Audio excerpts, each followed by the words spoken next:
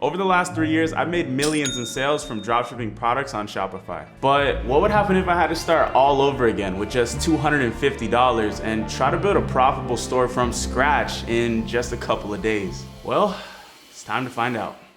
The rules of this challenge are simple. I have 4 days to turn $250 into a profitable Shopify store. I have to start this from scratch. I can't use any of the products or stores that I've used in the past. If the store fails and is not profitable, I'm gonna be giving away $500 to somebody watching this video. But if the store is profitable, I'm gonna give the store away to one of my subscribers to help you kickstart your e-commerce journey in 2022. But first, I need a product, so let's go find one.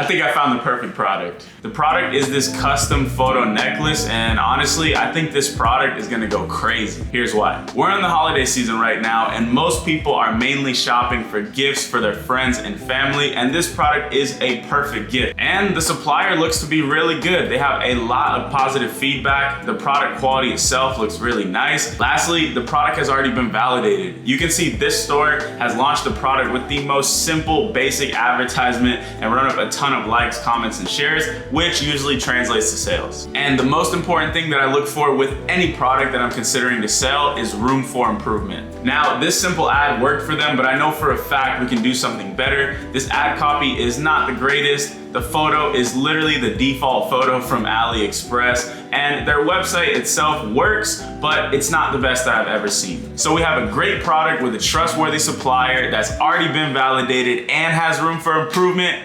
It's time to put the work in. After about 30 minutes of trying to come up with a name, I think I've got a good one. The name that we're gonna roll with is Eternalized.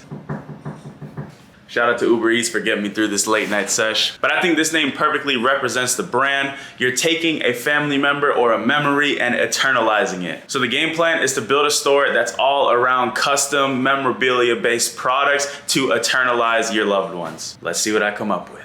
But first I gotta eat this food. So right now it is about 1 in the morning and your boy is feeling it. So tomorrow the goal is to go through and optimize everything, set up my product page, and launch my first ads. I would love to do all this tonight, but I'm tired and I'm ready to clock out.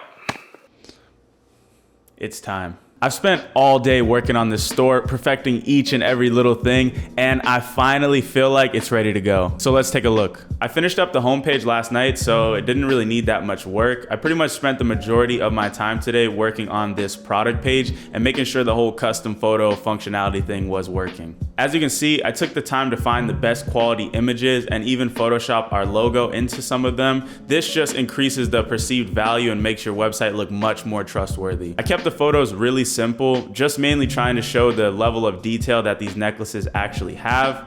For the title, I kept it as basic as possible. And then I used an app to set up these custom variants so people can upload their own photos and put a name for the necklace. The product is self-explanatory, so we didn't need some super long description. I just wanted to keep it straight and to the point. So I went for the angle of keep your loved ones close to your heart. I put a picture here showing the before and after. And then I talked about what we offer, the benefits of ordering from us. And every order comes with a gift box, but I decided to frame it as a free gift box just to increase the value in the eyes of the customer. I put some basic order instructions, and then I added some reviews from AliExpress directly onto the website. And obviously I had to spend like an hour today setting up all these pages. So we have a contact us page, an FAQ page, track your order page, everything that you need to legally run your business. It's all good to go. For every app that I used on this store, I tried to make sure they all had a free trial. So the only thing I've spent money on so far is the domain, and it cost me $25. So now I only have a $225 budget to work with for the ads, but I think we can do something with that. So now I'm gonna go through and set up some Facebook ads, and I'll show you the finished product when it's all done. The ads are officially live, so let's take a look. So I went with a very simple structure of just running one campaign with a $100 daily budget. Inside of this campaign, I have 5 different ad sets targeting a couple different angles, and I'm only targeting the US right now because that's where the majority of Christmas shopping happens. For the ad creative, I put 3 different variations. The only thing that's different between these 3 ads is the actual photos. So you can see in the first one, we have a middle-aged kid. In the second one, we have grandma right here. And in the third one, we have the original photo that worked well for the competitor. So the goal of this campaign is to see which audience and which creative people like the most, hopefully get some sales, and then we can cut off the ones that aren't performing and put the rest of our budget into the top performing audience and creative. And if none of this ends up working, I'm gonna have to make a huge pivot, but for now, let's let it spend some money and see the results. I folded. I'm down bad. It's been a couple hours since the ads started spending, and I've pretty much been checking it nonstop, and the results are not that good. I've had about 51 visitors come to the website with no add to carts and no sales whatsoever. Cost per click on Facebook was way too high as well, so I think I need to go back to the drawing board. But for now, I just decided to come outside, enjoy some of the Miami vibes, and get back to it tonight. It's like no matter how long I've been doing this or how many projects I've started, starting something new is always a super big challenge and extremely stressful. So if you're starting a new business and you're going through that, just know that it's totally normal and part of the process. We got this.